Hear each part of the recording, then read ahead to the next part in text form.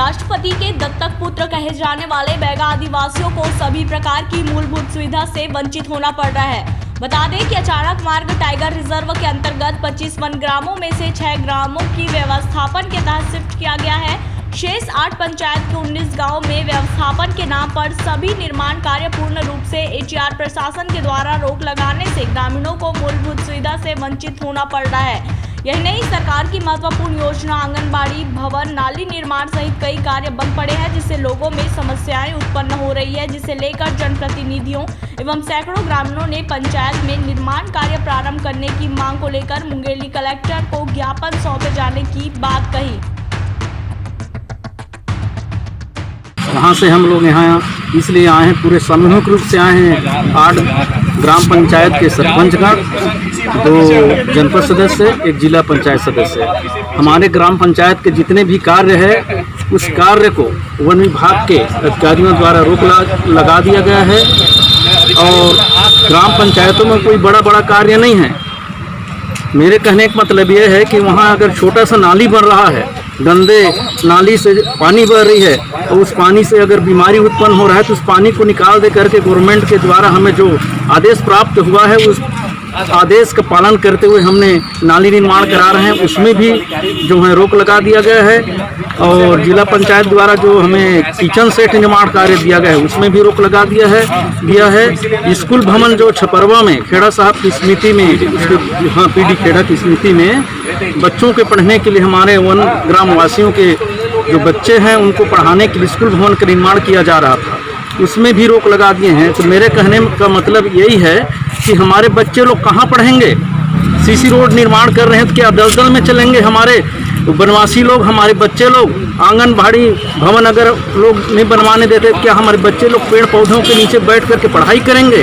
तो इस प्रकार से मूलभूत जो समस्या है, हमारे कार्य है, उसमें ये लोग जो है बाधा बन के रोक टोक कर रहे हैं। इसी का जो है हम पूरे खिलाफ करने के लिए, और बहुत ही कहा जाए दुखी मन से हम श्रीमान कलेक्टर महोदय जी के पास पहुँचे, आकर अपने विचार बताए हैं। नहीं हो पाता तो फिर हम जितने भी पंच सरपंचगण हैं एटीआर क्षेत्र का, सभी लोग जो हैं सामूहिक रूप से अपना इस्तीफा सौंपने के लिए तैयार हैं।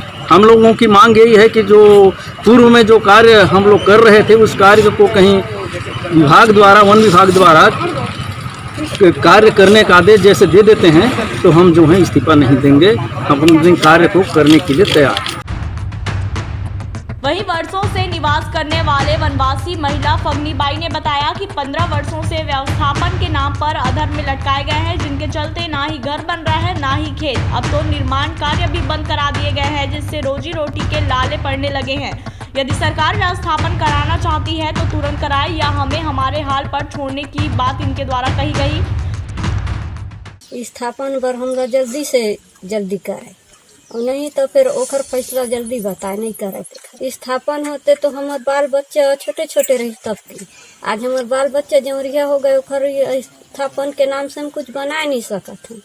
हम खेती न बाड़ी, हम अब कहाँ से, हम गरीब लोग ओकर आधार में हम कुछ कहीं बनाए रहते लोग, बाल बच्चे हम कुछ बनाए नहीं सकत हैं।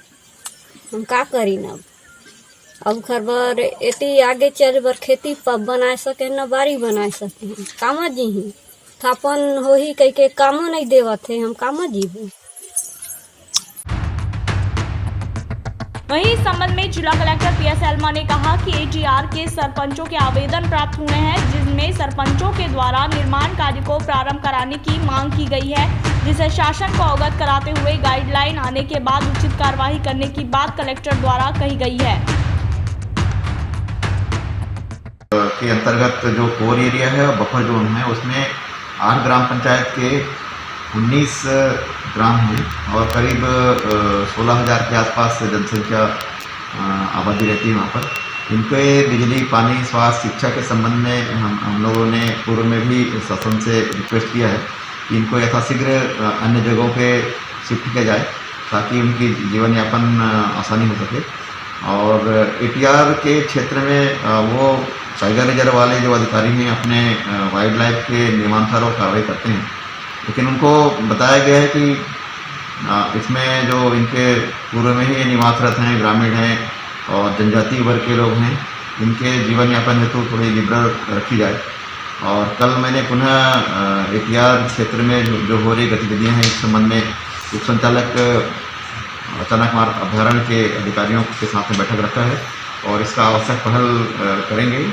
इसके साथ साथ जो बिंदु आएंगे जो हम इस स्तर पर नहीं कर सकते हैं, वो उस स्तर पर शासन को आवश्यक पहल करने हेतु लिखा पढ़ी भी करेंगे और बातचीत भी करेंगे। बहरहाल अब देखने वाली बात होगी कि राष्ट्रपति के दत्तक पुत्र कहे जाने वाले बैगा आदिवासियों की समस्याओं का समाधान कब तक होता है, यह तो भविष्य के गर्भ में छुपी हुई है। तो अभी के लिए बस इतना ही। तब तक के लिए हमें दीजिए इजाजत और इसी प्रकार की लेटेस्ट और रोचक खबरों से जुड़े रहने के लिए बने रहिए हमारे साथ nationupdate.in में। और हाँ, आप खबरों से हर पल अपडेट रहने के लिए आप गूगल प्ले स्टोर से डाउनलोड कर सकते हैं nationupdate.in का ऐप।